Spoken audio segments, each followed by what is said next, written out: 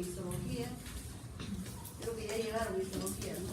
Ustedes han visto esta lámina, pero ¿qué es lo que me interesa de esta lámina? Siempre tomaré alguna lámina porque hay algo importante que rescatar.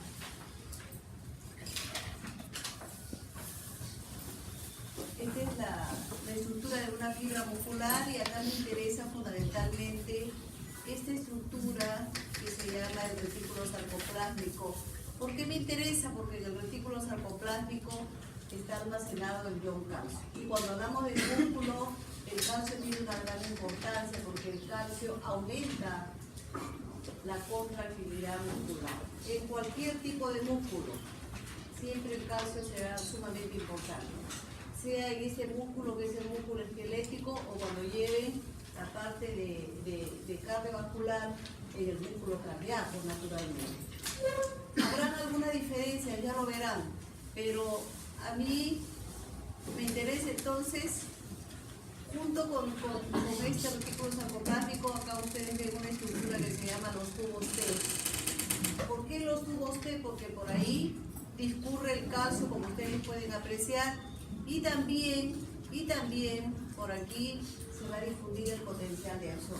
Esto es importantísimo, la difusión del potencial de acción. Ninguna otra célula tiene esta característica que tiene el músculo, como vamos a ver seguidamente. Otra cosa que me interesa es aquí, esta estructura, la mitocondria. ¿Por qué? Porque el trabajo muscular requiere mucho consumo de energía, requiere mucho ATP. Por eso es que el músculo, como ustedes pueden apreciar, ¿no? Tiene un alto contenido de estas estructuras que son las mitocondrias. Y hay harto conocido por ustedes de que acá hay una especie de estriaciones formadas por, si uno hace una coloración, ¿no? Formadas por la miosina, que tiene un elevado peso molecular y que se colorea de manera muy fuerte, ¿no? Y que tiene una especie de estriaciones.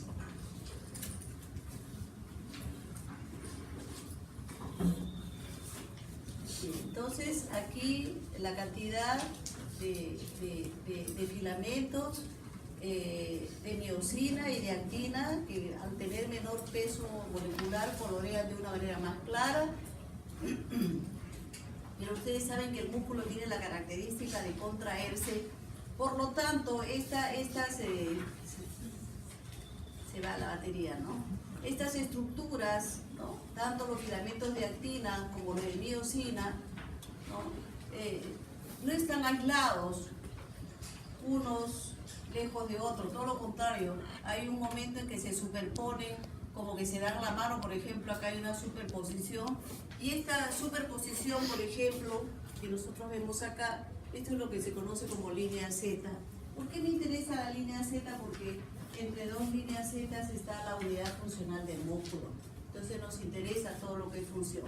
Dame la siguiente, por favor. La unión neuromuscular.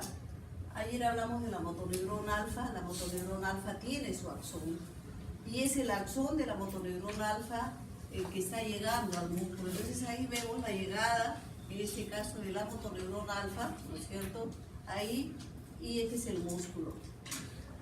Dijimos que la motoneurona alfa produce acetilcolina, sintetiza acetilcolina. Por lo tanto, estos son gránulos de acetilcolina. Este es el neurotransmisor, ¿no? que actúa a nivel de estos receptores en negrita. Estos son los receptores nicotínicos de los cuales hablamos ayer, y la mayor parte de neurofisiólogos se pusieron de acuerdo en darle el nombre de receptores NM, nicotínicos NM, ¿no? Estos son los que están en la unión neuromuscular, ¿no? Y actúan de una manera muy sencilla, la que vimos ayer, ¿no? A nivel de la unión neuromuscular, ¿cómo es el mecanismo de acción de la acetilcolina? Es el más sencillo de todos, ¿no? ¿Y por qué digo el más sencillo de todos? Porque, como siempre, acá la unión neuromuscular, esto se comporta como una sinapsis tipo canal iónico, ¿no?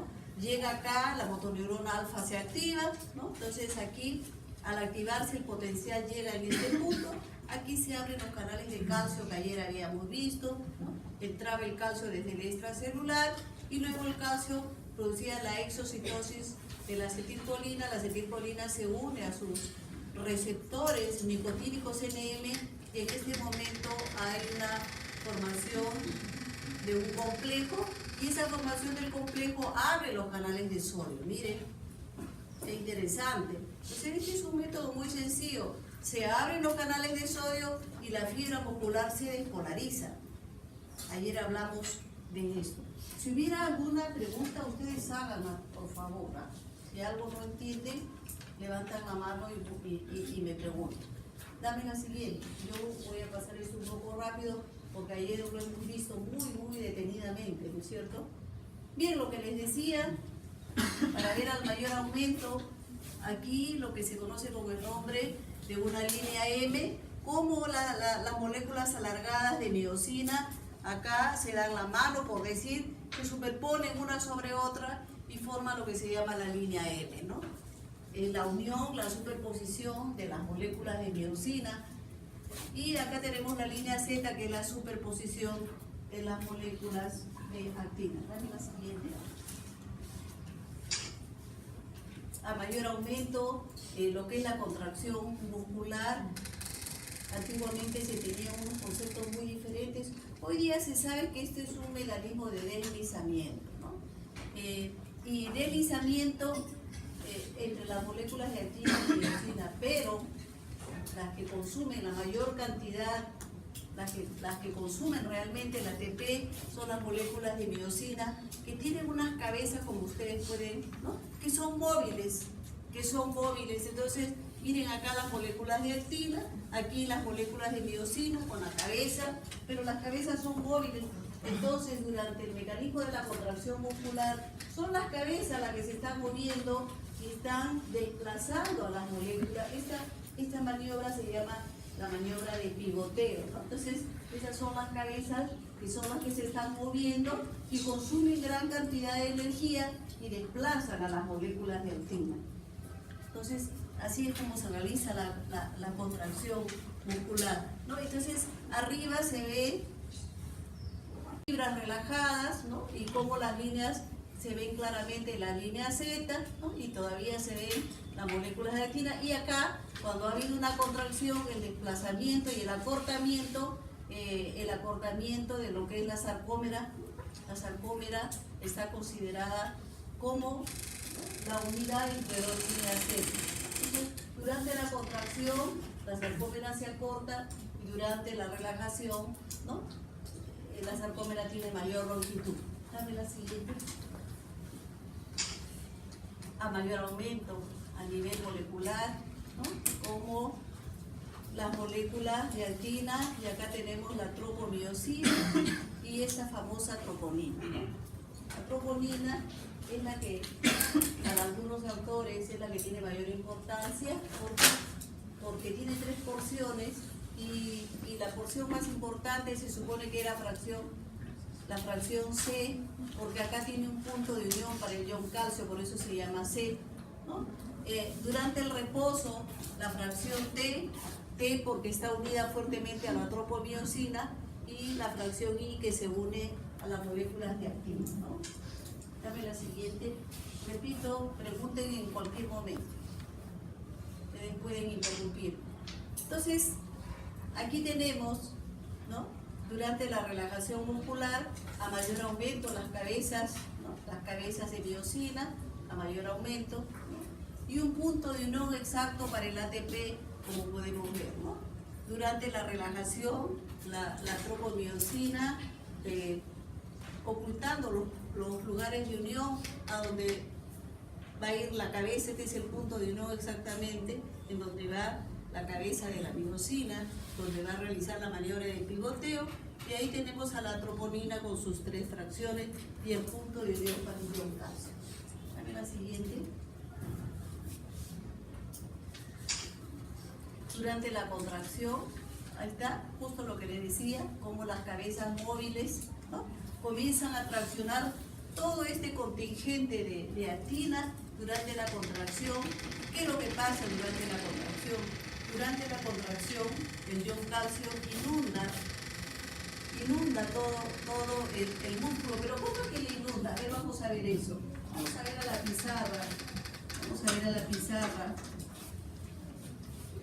Hay una característica de todos los músculos. Y ¿qué es lo que pasa? Normalmente, vamos a suponer el músculo cuádriceps, porque vamos a trabajar mucho con el músculo cuádriceps, y ese músculo es muy conocido porque se realiza el reflejo patelar. Entonces, vamos a suponer pues que esta sea una partecita, este es un esquema nada más del, ¿no? Vamos a suponer que el músculo cuádriceps, estas son las fibras, ¿no? Unas tras otras son muchísimas fibras. ¿Quién no ha visto un músculo? Más de uno de ustedes. ¿Quién no se ha comido un buen bistec? ¿No? Hay gente que incluso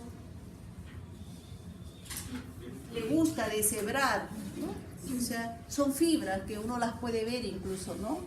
Cuando quien no se ha comido un buen bistec o un sancochado, ¿no? Entonces uno comienza, ¿no? A, como que decir, deshilachar. Las fibras están así, y así como ayer hemos visto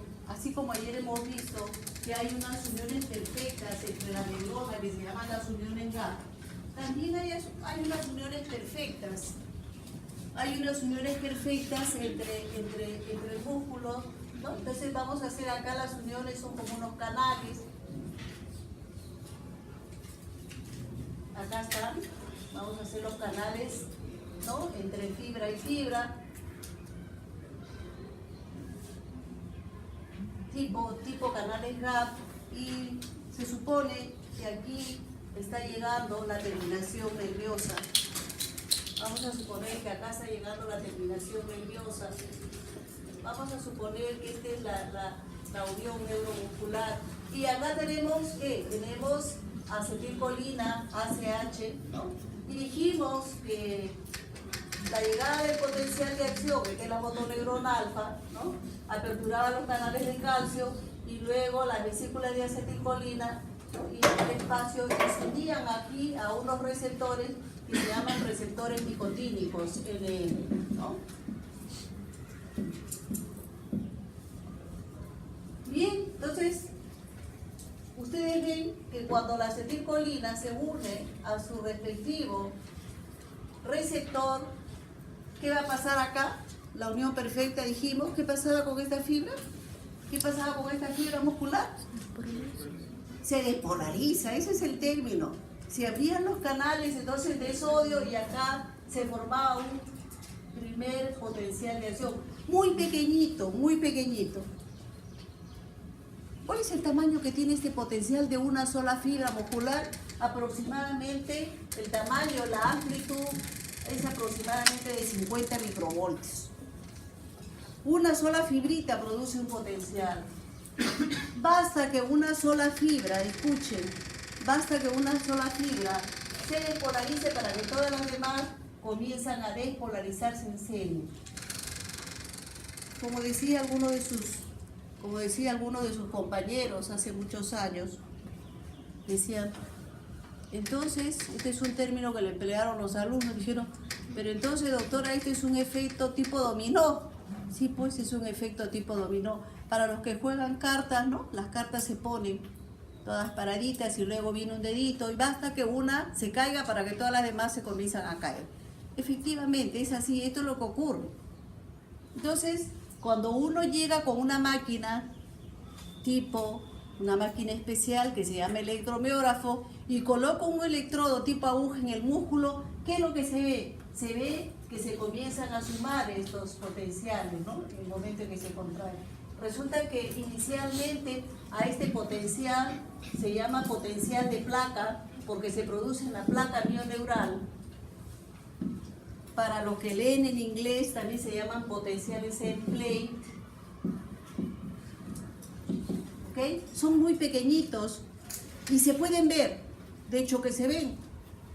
Y después que se realiza la sumación de todas las fibras, porque se suman todos los potenciales de todas las fibras, entonces resulta que este potencial se convierte en un potencial mayor y se llama el potencial muscular, ¿no? En algunos libros figura como potencial de acción muscular compuesto, le llaman, porque aumentó tremendamente su tamaño y resulta que, ¿no?, este potencial tan pequeñito ya se vuelve un potencial mayor. Vamos a suponer este potencial que mide de 1 a 4 milivoltios. Imagínense el crecimiento del potencial. ¿Esto se puede ver? Sí se puede ver. Entonces vamos a ver, ese potencial de acción muscular inunda todo el músculo, y ese potencial de acción muscular de 4 milivoltios es el que va a actuar sobre el retículo sarcoplásmico.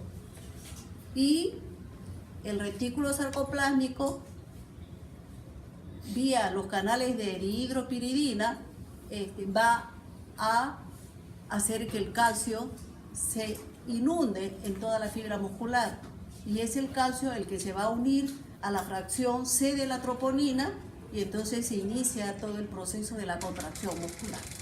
¿Está claro? Bien. Entonces vamos a seguir. Estamos ahí durante la contracción muscular.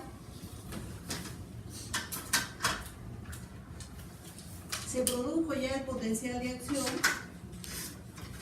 y entonces ya el calcio,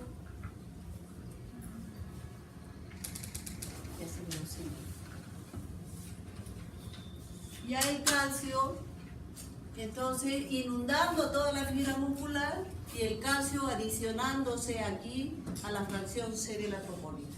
Si el calcio se adiciona a la troponina, ya la troponina cambia su configuración, va a tener mayor peso molecular porque tiene el calcio adicionado.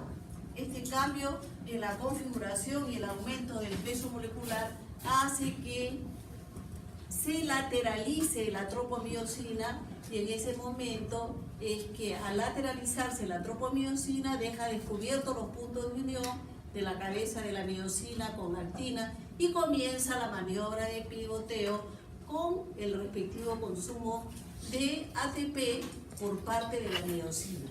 En realidad es la miosina la que realiza todo el trabajo muscular. La actina solo se deja llevar, ¿no? Pero el mayor consumo de ATP lo realiza la miosina, ¿no? Entonces, esto está claro. Dame la siguiente.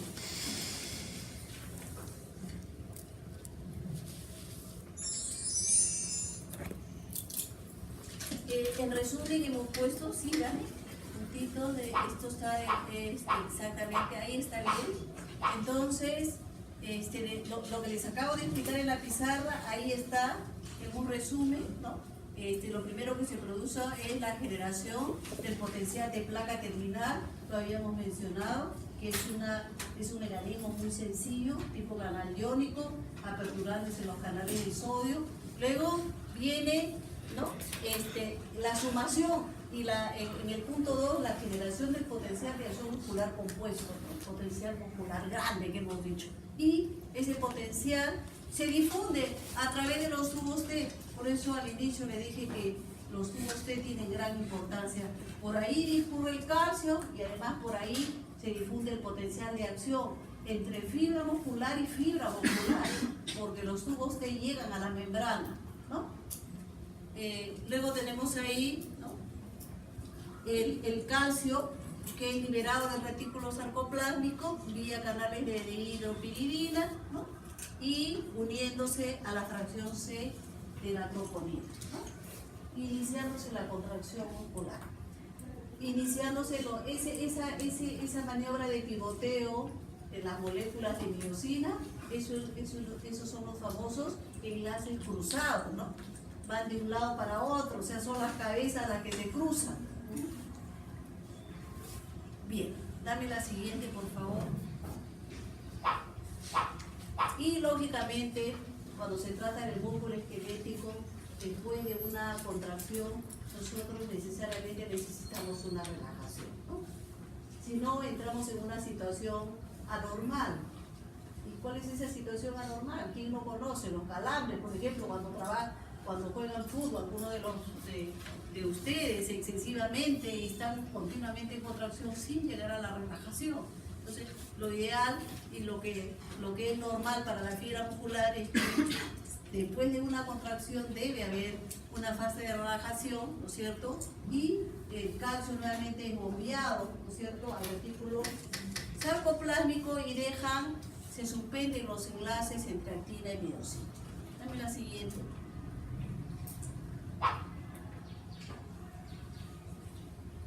Diferentes tipos de fibras. A veces creemos una cosa y no es cierta, ¿no? Las fibras tipo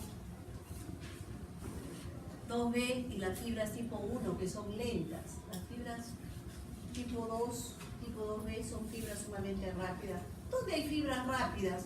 En los músculos de los ojos, en los músculos de la mano. Estamos parpadeando continuamente, por lo tanto, esas son fibras musculares rápidas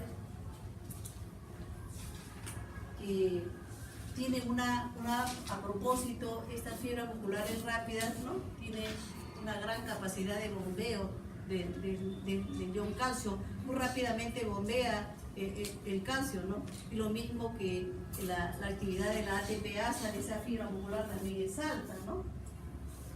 Sin embargo, con la mano nosotros hacemos muchas cosas, pero luego entramos al reposo, porque, ¿no?, si ustedes se dan cuenta, están escribiendo un ratito y luego dejan el lapicero.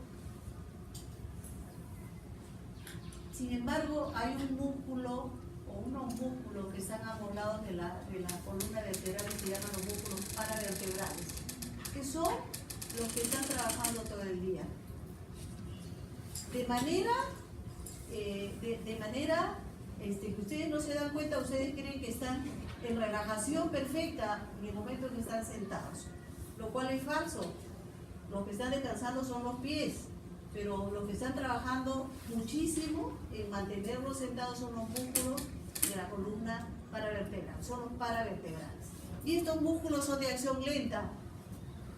Tienen que ser de acción lenta porque están trabajando todo el día, ¿no? Por ejemplo, repito, ustedes, en pacientes que tienen lumbalgia no recomendamos que estén sentados porque los músculos se están esforzando demasiado. Son los que consumen mayor ATP. Estos son los músculos de tipo lento, ¿no es cierto? Acá está. Están ricamente irrigados y uno en vivo y en directo son de color rojo, mientras nosotros ahí blando generalmente son de color blanquecino, los músculos de acción rápida, ¿no? Y todo lo contrario, pues, la actividad de la ATPasa es bastante lenta, como ustedes pueden ver, y acá la capacidad de bombeo también bastante lenta. Sin embargo, estos recurren a la capacidad de glucólisis, ¿no?, para realizar su actividad durante todo el día, ¿no? Y la capacidad de oxidación, por eso, es bastante alta, ¿no? Dame la siguiente. ¿Qué es lo que se ve en una máquina que se llama electromiógrafo? Y cuando un paciente tiene una lesión del sistema nervioso periférico, estamos hablando de una lesión de la motoneurona alfa o segunda neurona de la vía motora. La mayor parte de médicos quiere saber qué tipo de lesión es y si el paciente se va a recuperar o no. Entonces se pide este examen. Este examen examina el músculo y ve si el músculo está totalmente desnervado o parcialmente desnervado, y se ve el pronóstico de la lesión con este estudio que es la electromografía. En condiciones normales, ¿qué es lo que uno ve? Dame un punto más de, ¿no?, eso. ¿En qué? ¿No? Lo normal es que uno invita a un paciente y con un electrodo tipo aguja pincha al músculo, por ejemplo, el bíceps. Más de una vez, repito, lamentablemente se ha puesto muy de moda. Ahora el país está pasando, y sobre todo acá en Lima, por una violencia extrema, y se ven las lesiones por arma blanca que han incrementado tremendamente. Tuve la oportunidad de ver a un paciente totalmente agredido y que le había caído, ¿no?, el cuchillo en esta zona y había lesionado un nervio que se llama, ¿quién inerva el bíceps? ¿Cómo se llama el nervio? ¿Cómo? Músculo cutáneo, ¿no? Entonces había caído sobre el nervio músculo cutáneo y el paciente llegó con el brazo así, obviamente, ¿no? Así como estoy yo. Este brazo, señor, haga este movimiento. No podía, pues no podía. ¿Qué hace el bíceps? El bíceps hace este movimiento. Flexión de codo, se llama. El paciente no podía hacer. En condiciones normales, cuando uno invita al paciente a hacer esto, aparecen las unidades motoras. ¿Pero qué es una unidad motora? Una unidad motora, lo van a encontrar en la literatura, se considera a la motoneurona alfa. Volvemos a ver a la motoneurona alfa, ¿no?, que tiene su axón y diferentes fibras musculares. Estas son unas fibras musculares a la cual llega la motoneurona alfa, ¿no? A eso se le llama, y eso cuando una unidad, ¿ok? Estas son fibras musculares, es la motoneurona alfa con todas las fibras musculares a las cuales está inervado. Entonces, cuando uno invita a un paciente a hacer la contracción muscular, en la máquina se ve estas son las unidades motoras que se ven así, es el trabajo de la motoneurona alfa. Pero si un paciente tiene una lesión del nervio músculo cutáneo, yo voy a ver esto, ¿veré esto? Absolutamente no, no hay. A eso uno le llama silencio, ¿no? Silencio muscular. No hay unidades motoras. Uno dice ausencia de unidades motoras durante la contracción. Y por si fuera poco, ¿no? Entonces no existe, y por si fuera poco, después de un tiempo, después de unas 3 semanas, aparecen estos potenciales que se llaman fibrilaciones y ondas positivas, y estos potenciales aparecen a la 3ª semana y son potenciales de desnervación. Así se llaman, potenciales de desnervación o potenciales de músculo desnervado, o sea, tranquilamente músculo desnervado, ¿no?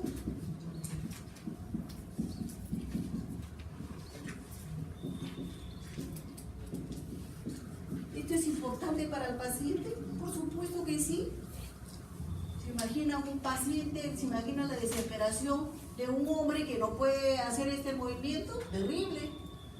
Y le va a preguntar, y doctora, ¿y me voy a recuperar? ¿Qué le dice uno cuando el músculo está totalmente desnervado? Un momentito. Tienes que pasar por cirugía. Lo más probable es que tengas una lesión del nervio, que te unan el nervio, que te suturen con un microscopio, porque son suturas especiales, y luego te vamos a hacer un control para ver cómo tu nervio va creciendo. Entonces, cada 3 meses le hacemos un control electromiográfico hasta que van apareciendo poco a poco las unidades motoras. Y el paciente probablemente se recupera, ¿no? Y si la lesión es muy cerca al nervio, mejor pronóstico para el paciente. Bien, entonces, dame la siguiente.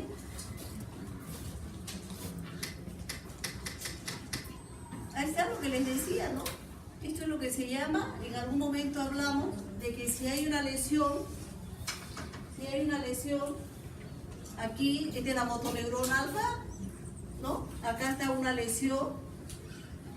Desde el punto de vista fisiológico, es lo mismo hablar de una lesión de motoneurona alfa o segunda neurona motora, o hablar de una lesión del axón. Por eso es que me gusta mucho la neurofisiología. Es la misma cosa desde el punto de vista fisiológico. ¿Por qué? Y acá estamos, después de que se secciona lo que les había dicho, ¿no? Hay un distanciamiento y entonces toda la parte distal del axón degenera, a eso se le llama la degeneración valeriana. Entonces el músculo se queda sin su inervación, acá está el músculo, por eso el músculo se llama músculo denervado, ¿no? Y luego el nervio va a comenzar a crecer, porque acá la neurona está mandando proteínas para formar el citoesqueleto del axón, pero tiene que encontrar a su nervio, tiene que encontrar la parte distal. Si no la encuentra, aquí se va a formar un pelotón nada más, un citoesqueleto que no va a llegar a su respectivo músculo. Entonces, la degeneración valeriana comienza a producirse, todo esto se desintegra, las proteínas, porque ahí eso está lleno de proteínas, todo eso se destruye después de las 36 horas de haberse producido la lesión, ¿no? Y luego comienza el crecimiento del axón, ¿no? Dame la siguiente.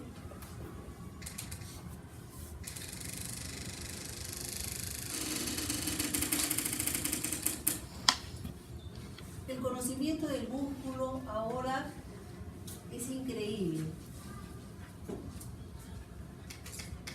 Es increíble. Se han descubierto muchísimas proteínas que no se conocían.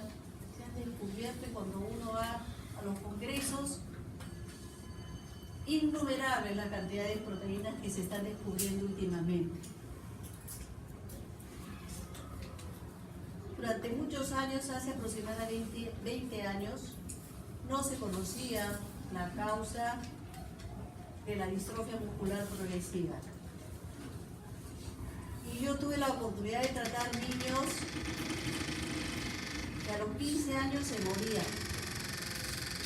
Se morían irremediablemente porque la distrofia es un trastorno genético, el cual la madre es la que lo pasa al niño, ligada al sexo, y ese niño comenzaba a destruir sus músculos. El problema es que el chiquito caminaba normalmente, eso es lo que se llama la expresividad genética. Uno le preguntaba, ¿y el niño caminó al año? Sí, doctora, caminó perfectamente. Sí, pero a los 7 años el niño comienza a claudicar, ¿no? Eso se llama la claudicación de la marcha, y el niñito comienza a caminar con una marcha que se le llama la marcha anserina, ¿no? Anserina, o la marcha del pato. Siempre los médicos queremos ser un poco elegantes, y a lo que es una marcha de pato se le llama anserina, ¿no? Marcha anserina, que es lo mismo. Sin morirse a muchos niños, una pena. Sin embargo, se los cuento porque ahora la cosa cambió. ¿Y por qué cambió? Porque se descubrió cuál era el trastorno. ¿Y cuál era el trastorno? Durante años no se sabía, se descubrió esta proteína que se llama distrofina. Le pusieron distrofina, ¿por qué? Porque cuando investigaron a estos niños con distrofia muscular, se dieron cuenta que esta proteína era deficiente, de muy mala calidad, o sencillamente no existía. Entonces se necesita de esta proteína que ustedes están viendo, la distrofina, que está uniendo a los filamentos de actina con el sarcolema. ¿Y cuál es la función de esta proteína? La estabilización de la membrana. Es que las proteínas no pueden estar cada una por su lado. Entonces, esta función es la de la estabilización de la membrana. Y se descubrió que esta proteína estaba anclada, ¿no? Por fin se descubrió este complejo, ¿no? Que se llama distrofina glucoproteína, ¿no? ¿A qué uno le llama glucoproteína? Este complejo famoso distroglucano y el complejo sarcoglucano, con 3 subunidades, como están viendo acá, 2 subunidades unidas a esta proteína que es la laminina. Y eso es lo que faltaba, porque al no existir esta proteína, todo esto estaba pues inestable. Por eso es que comenzaba la atrofia muscular. Ese es el descubrimiento. A raíz de ese descubrimiento comienza una escalada de nuevos descubrimientos que descubren otras proteínas. Pero lo más importante es que ya se está dando el tratamiento a estos chicos. Y hoy día ya se ve que los chicos que morían a los 15 años, ahora hay pacientes que tienen 50 o 60 años. Maravilloso, porque se les alargó la vida. Como si fuera poco, hace 20 años nadie imaginaba que habían enfermedades cuyo trastorno es netamente genético y uno decía, uy, pero eso es bien difícil, ¿no? Poder cambiar el código genético en cada una. Ahora ya se puede hacer. Ya salieron medicamentos que están de alguna manera normalizando el código genético que está mal hecho. Ya hay medicamentos. Es increíble cómo ha avanzado la ciencia. Dame la siguiente. Entonces, bien, pasamos a reflejos. Dame la siguiente.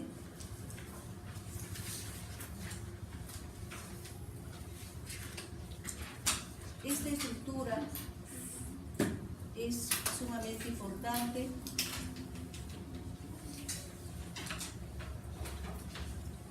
Es el uso neuromuscular. Creo que ayer hemos visto un reflejo de manera muy sencilla y un esquema del uso neuromuscular. Pero este ya no es un esquema, esto en realidad es ¿no? Es tal como es el uso neuromuscular tridimensional, una visión tridimensional en la cual el uso tiene una parte central. El uso neuromuscular dijimos ayer que era un receptor, ¿no? Un receptor que está entre las fibras musculares, ¿no? Que son las que realizan la contracción del músculo. Es un receptor, pero ¿qué capta? Un receptor capta algo. ¿Qué capta el receptor? ¿Qué capta este uso neuromuscular?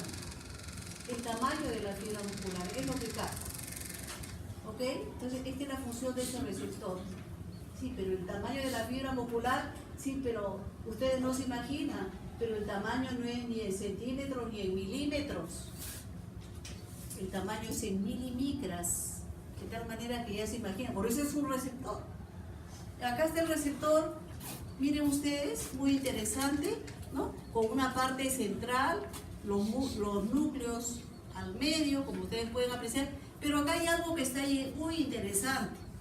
Ayer les comenté que los autores han denominado esta fibra, miren cómo se enrolla esta fibrita alrededor, y esto es lo que se llama la fibra 1A, ahí la ven, fibra 1A, miren de dónde está saliendo, prácticamente de la parte central del uso neuromuscular, ¿no? Pero sin embargo, esta es una fibra de tipo aferente. Cada vez que ustedes percuten con un martillo, y eso es lo que van a hacer en la práctica, van a obtener reflejos, cada vez que ustedes percuten, ¿qué es lo que están haciendo? Perfecto, eso es. Se estira al uso neuromuscular y en ese momento mecánicamente se desenrolla esta fibrita, se desenrolla, y al desenrollarse mecánicamente se aperturan los canales de sodio. Entonces aquí en este punto se inicia la despolarización, en ese punto se inicia el reflejo. ¿Está claro? Entonces ahorita lo vamos a hacer nuevamente en la pizarra. Entonces acá esta fibrita, repito, se despolariza mecánicamente. No olvidar que acá hay una cosa muy interesante que me gusta analizarla mucho, y acá están llegando fibras que están saliendo de la médula. Al salir de la médula son eferentes. Miren acá, esto se llama el eferente gamma. Ahí está, eferente gamma, y también incluso hay eferentes beta. Pero aquí las más famosas son los eferentes gamma. ¿Por qué? Porque le pertenecen a la motoneurona gamma. ¿Ok? Entonces esa imagen es súper interesante, porque ahora vamos a explicar cómo se aplica seguidamente. Dame la siguiente. Entonces acá está el reflejo, acá está el músculo cuádriceps, el músculo agonista o protagonista, acá está el cuádriceps. mientras que atrás están los músculos, ¿no? Si yo acá tengo los músculos agonistas en el cuádriceps, ¿cómo se llaman estos músculos de atrás? ¿Cómo? Los que están en la parte posterior y que hacen el papel de antagonista, ¿cómo se llama? ¿Ah?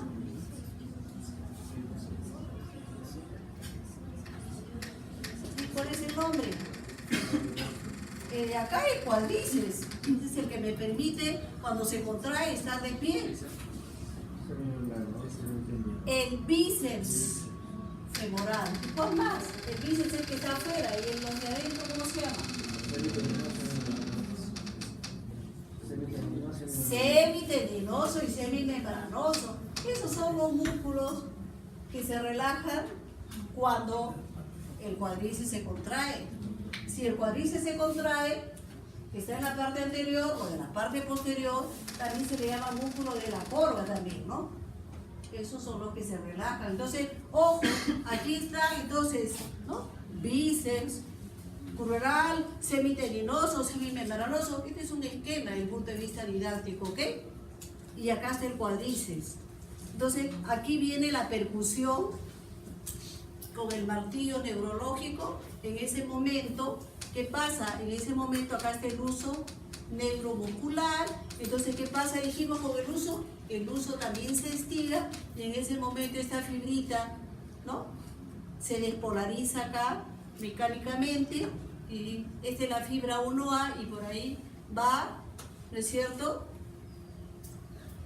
la información que la guía la parte aferente del reflejo, ojo, la parte aferente del reflejo porque está ingresando acá a la médula y acá exactamente la motoneurona alfa que llega al músculo para producir la contracción del cuádriceps.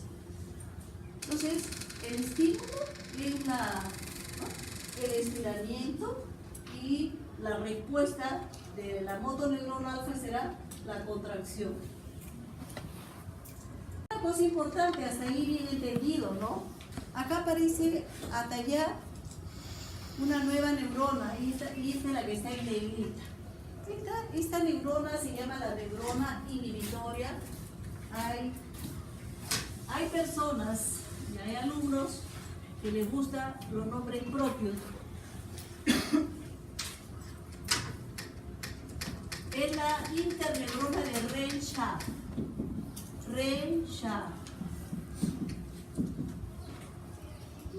Es famosa, por eso la pongo. Es inhibitoria porque produce glicina. Sintetiza glicina. Yo le dije ayer que la glicina es un neurotransmisor inhibitorio. Esta neurona es importantísima porque es la encargada de mandar todas las influencias inhibitorias.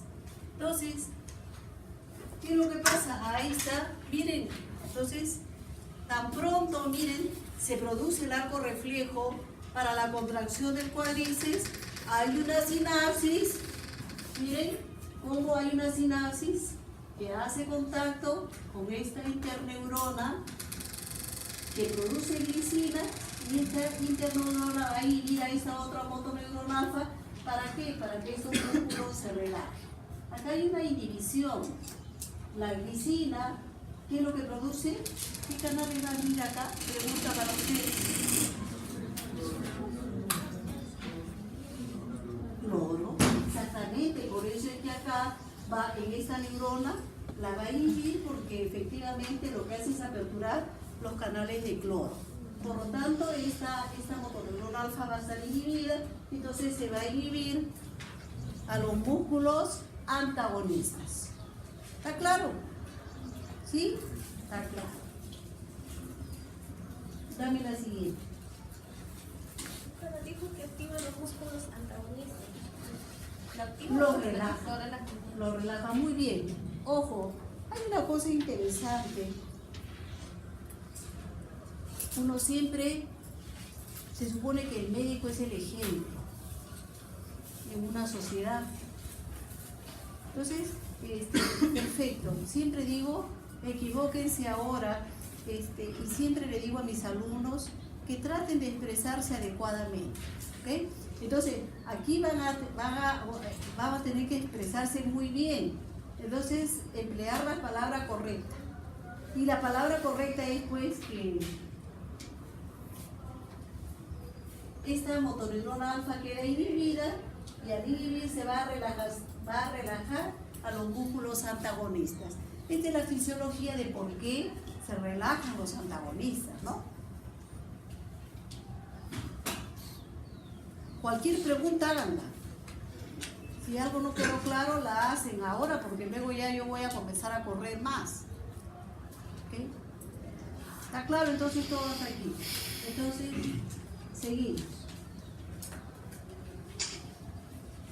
Acá hay un reflejo muy interesante que se llama el reflejo miotático inverso. Ustedes todavía están en la fase de, digo, aunque los alumnos cada vez son más jóvenes, no sé, 18 años, 19, 20, no sé. Pero durante la práctica hay alumnos que les gusta jugar, porque más de una vez lo he visto. Entonces, ¿qué es lo que hace el alumno? El estímulo para producir el reflejo, cuando ustedes sean médicos, van a emplear el estímulo adecuado. Y durante la práctica también, para eso es la práctica, para que ustedes se ejerciten con la mano y obtengan un arco reflejo. Sin embargo, hay alumnos que cuando están trabajando con las chicas se ponen un poco violentos. Y entonces es el momento en que le dan, con el martillo neurológico, le dan unos golpes intensos que más de una vez he visto que las chicas están gritando porque resulta que el compañerito le está dando duro con el martillo. Entonces, ese es un estímulo demasiado exagerado. Ese estímulo demasiado exagerado va a ser una cosa importante. Ese estímulo exagerado como es en el tendón, no solamente va a estirar al uso neuromuscular, no solamente va a despolarizar a esta fibra, que es la fibra 1A, sino que acá hay otra fibra que está saliendo del tendón, miren acá, del órgano tendinoso de Golgi, y que se llama la fibra 1B, acá se ve claramente. Entonces, es tan intenso el estímulo que activa esta fibra 1B y miren lo que hace, sigan la huella de la fibra 1B, de inmediato la fibra 1B tiene una sinapsis con la interneurona de Renshaw y de inmediato bloquea a la misma motoneurona alfa. Miren acá qué interesante. Esto es lo que se llama un reflejo frustro, ¿no? El reflejo que por ser demasiado intenso es bloqueado. Automáticamente es bloqueado y por la misma motoneurona alfa. Y va a salir el reflejo pero no sale. Eso es lo que se llama el reflejo miotático inverso. Cuando el estímulo es demasiado exagerado, ¿no? Que activa a una interneurona que bloquea, que inhibe automáticamente, ¿no? Primero es esto, pero luego viene la inhibición y al final el reflejo no sale, ¿ok? Por un estímulo exagerado, demasiado intenso. A eso se le llama reflejo miotático inverso. Dame la siguiente, por favor, creo que...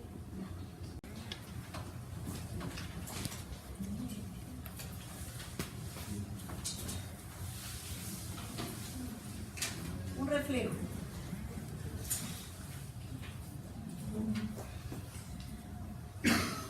Obviamente, desde el punto de vista didáctico, trato de hacerlo lo más sencillo.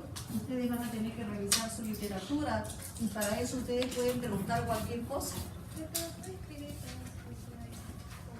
Ah, ya.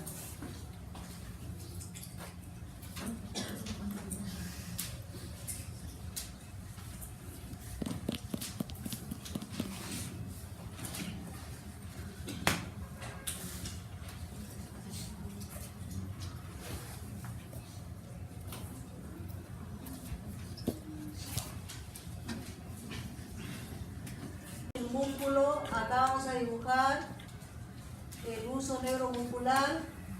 Ahora acabamos de ver de que hay una fibrita nerviosa que está llegando al uso neuromuscular, a la parte central, y que esta fibra nerviosa es la parte aferente. Esta es una neurona que está en el ganglio, ¿no es cierto? Esta es la parte aferente. Dijimos que era la fibra 1A, ¿no?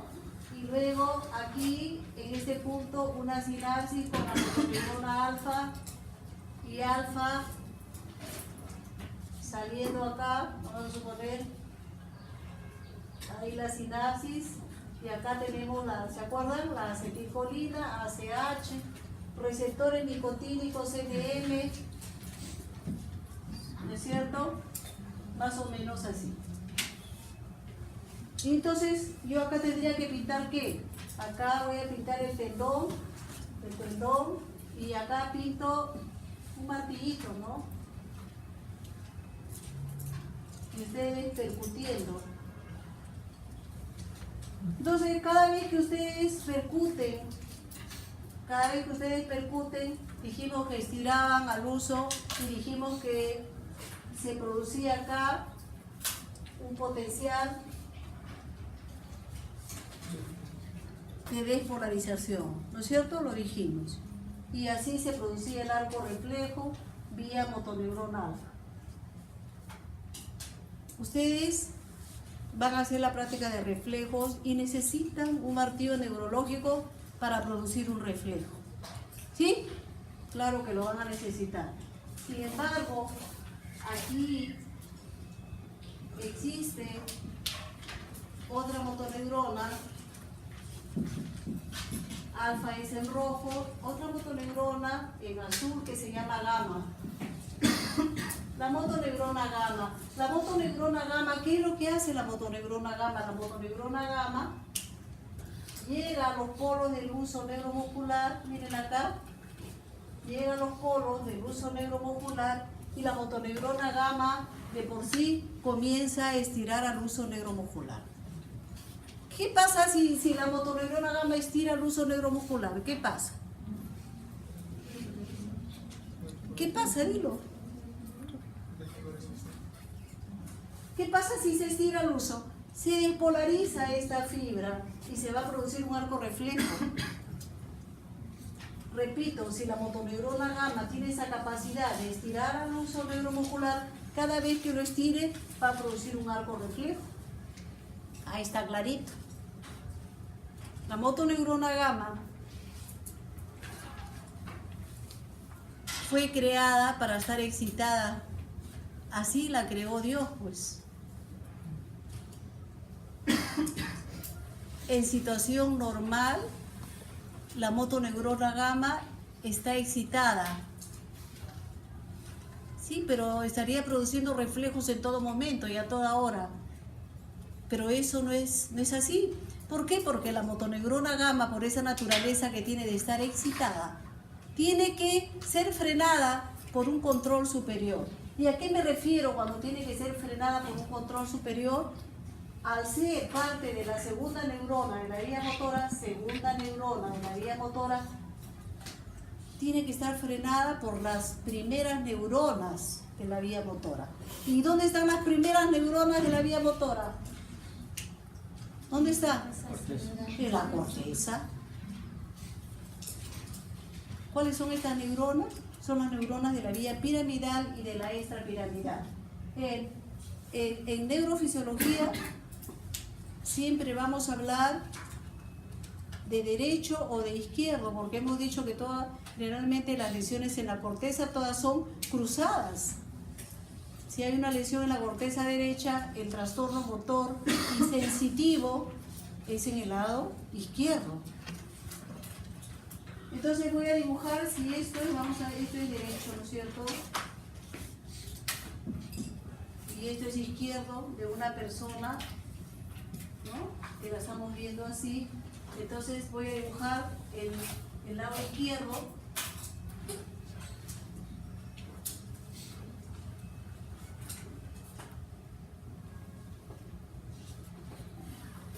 la cisura de Silvio por acá, la de Rolando, y acá vamos a dibujar las primeras neuronas de la vía piramidal. ¿Qué pasaba con las neuronas de la vía piramidal? ¿Cómo se llaman estas neuronas? Las neuronas gigantes de Bess, ¿no? ¿Y qué pasa con la vía piramidal? Vamos a dibujarla mejor acá, exactamente detrás de la cintura de Rolando. Dijimos que bajaba, ¿no?, por el tronco encefálico y a nivel de bulbo se decusaba, y luego ¿qué pasa? ¿A dónde se va? Va a ocupar este haz que se llama el haz piramidal cruzado. Y desde aquí la motoneurona alfa fundamentalmente emite otra sinapsis que se va a la motoneurona alfa, y algunas que también van a la motoneurona gamma. Desde el punto de vista fisiológico, la primera neurona de la vía motora, desde el punto de vista fisiológico, es hablar la lesión que se produzca aquí en el soma, en el cuerpo de la neurona o en el axón, es la misma cosa. Repito, desde el punto de vista fisiológico, es lo mismo.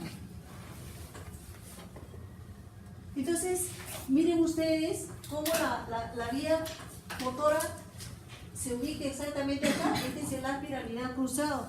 Desde el punto de vista fisiológico, los axones del haz piramidal cruzado son los axones de la primera neurona de la vía motora. Por lo tanto, si hay una lesión aquí, en este punto, en este haz piramidal cruzado o en la primera neurona, es la misma cosa. ¿Y qué pasa con la vía extrapiramidal? ¿Qué pasa con la vía extrapiramidal? La vía extrapiramidal, esta es la primera neurona de la vía piramidal. Las neuronas de la vía extrapiramidal también están entremezcladas. Ambas están entremezcladas, tanto vía piramidal como extrapiramidal. Lo voy a pintar en negro. Entonces acá, pero ¿cuál es la diferencia? Esta es la extrapiramidal en negro. Están entremezcladas con las neuronas de la vía piramidal. La diferencia es que estas hacen, antes de decusarse, hacen una serie de postas, por ejemplo con el núcleo rojo, o por ejemplo a nivel de el núcleo rojo está a nivel de mesencéfalo, acá hay una posta, núcleo rojo, entonces acá hay una pequeña posta, ¿no?, antes de decusarse, porque al final todo se decusa, hemos dicho, y van a ocupar diferentes lugares. Por ejemplo, acá sería, por ejemplo, el núcleo, este sería el haz rubroespinal, vamos a poner acá haz rubroespinal. Y así hay otros haces, es muy fácil, todo lo que no es piramidal es extrapiramidal. Así como existe el haz rubroespinal, también existirá el haz reticuloespinal o el haz vestíbuloespinal. El haz vestíbuloespinal.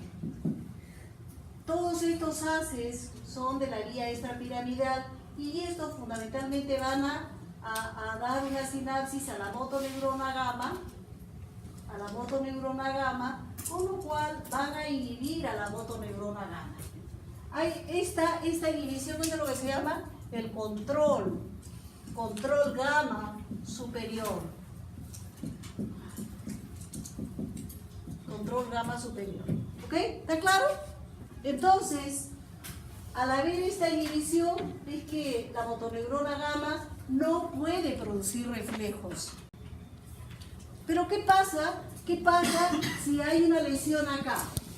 ¿Qué pasa si hay un infarto cerebral que está comprometiendo el lado derecho, porque este es izquierdo?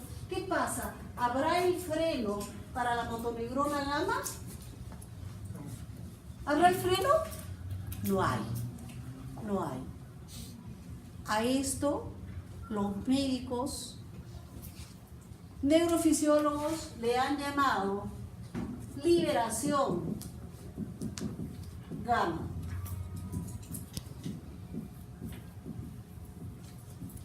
¿Ok?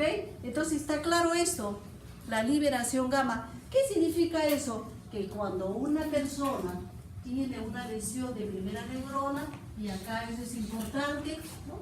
Lesión de primera neurona de la vía motora, este paciente se caracteriza, ¿por qué? Porque los reflejos están incrementados, porque no hay el control gamma. Pero, ¿y cómo estarán los reflejos si yo tengo una lesión aquí, en la segunda neurona de la vía motora? Desde el punto de vista fisiológico es lo mismo que la lesión esté aquí, o en la misma neurona, o por acá. ¿Qué pasará con los reflejos? ¿Habrá reflejos si yo bloqueo esto? ¿Habrá reflejo? No, no hay reflejo. Por eso es que una lesión de la segunda neurona, exactamente yo pongo una lesión de la segunda neurona de la vía motora, todo lo contrario, los reflejos están disminuidos o abolidos.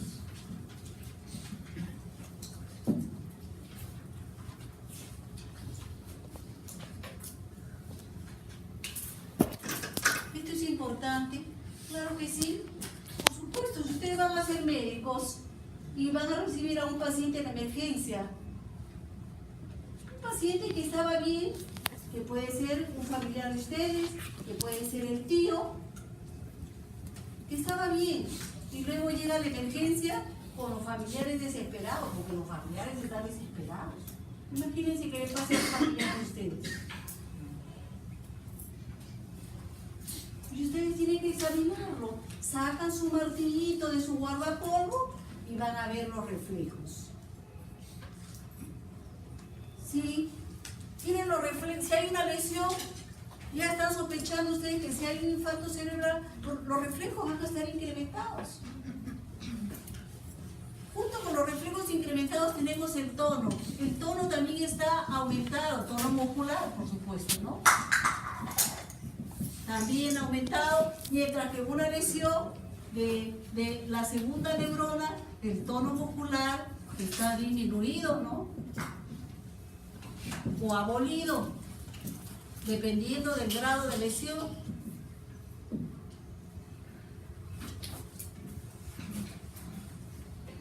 En una lesión de neurona, atrofia por desuso. Se habla de una atrofia, pero por desuso. ¿Por qué? Porque el paciente con un infarto cerebral, claro, no puede movilizar el hemicuerpo contralateral, pero al tener los reflejos incrementados,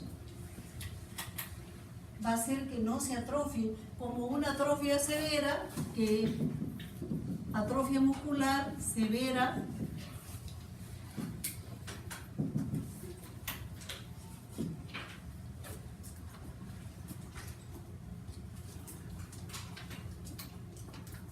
una forma de un reflejo incrementado de lesión de primera neurona es el famoso Babinski.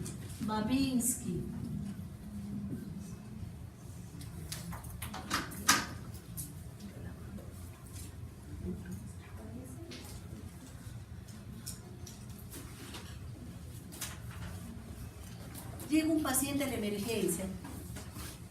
Yo recuerdo que mi jefe de servicio, uno siempre tiene un jefe, un día subió con los ojos desorbitados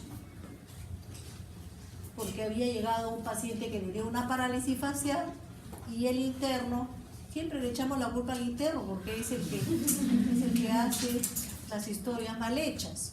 El interno lo hospitalizó con la autorización del médico residente y obviamente tampoco sabía diferenciar entre una lesión de neurona motora periférica y una descentral. Una lesión, un infarto cerebral es gravísimo, porque luego el paciente va a entrar en edema cerebral y hay que observarlo. Entonces, el paciente, el interno había hospitalizado a un paciente con parálisis facial y al día siguiente vamos y mi jefe amargo y con los ojos desorbitados que decía, ¿cómo es posible que los internos no saben diferenciar una parálisis facial periférica de un hecho central? Y tuvimos que darle de alta, porque una parálisis facial periférica, el paciente tiene que estar en su casa, un poco en reposo, pero en su casa. Y el tratamiento es totalmente diferente. Entonces, si un paciente llega a la emergencia, ojo, estaba caminando perfectamente, así llegan, y el familiar dice, doctor, ha estado perfecto, y hoy día ya no se levantó, él siempre se levanta temprano para ir al trabajo, ya no ha podido levantarse y nos hemos dado cuenta que no puede mover ni el brazo derecho ni la pierna derecha, y nos mira solamente y no nos contesta nada. ¿Por qué? Porque al inicio el paciente está en fase de shock, y eso también lo dice la literatura, se llama shock medular o shock espinal, pongan shock. Shock espinal. ¿Por qué? ¿Por qué se produce el shock? Porque el paciente está funcionando normalmente y luego hay un bloqueo total de toda esta información. Si acá hay una lesión, hay un bloqueo.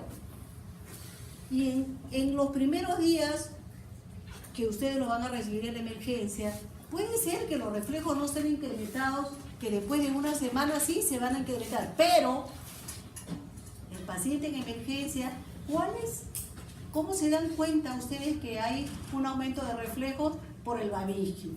Agarran una llave, ¿no? Y se la pasan por el borde del pie, por el borde externo, y va a haber una respuesta que es el Babinski, signo de Babinski. El dedo, el primer dedo o el dedo gordo va para atrás, es clásico. La presencia de Babinski en una persona adulta es lesión de primera neurona de la vía motora. Por eso ahí lo pongo, Babinski. ¿Ok? En la primera, muchas veces los primeros días, el primero, segundo, tercero, puede ser que van con el martillito y como está en fase de shock, el paciente no responde, pero el Babinski está presente y significa hiperreflexia osteotendinosa. Bien, preguntas acá. ¿Está claro todo?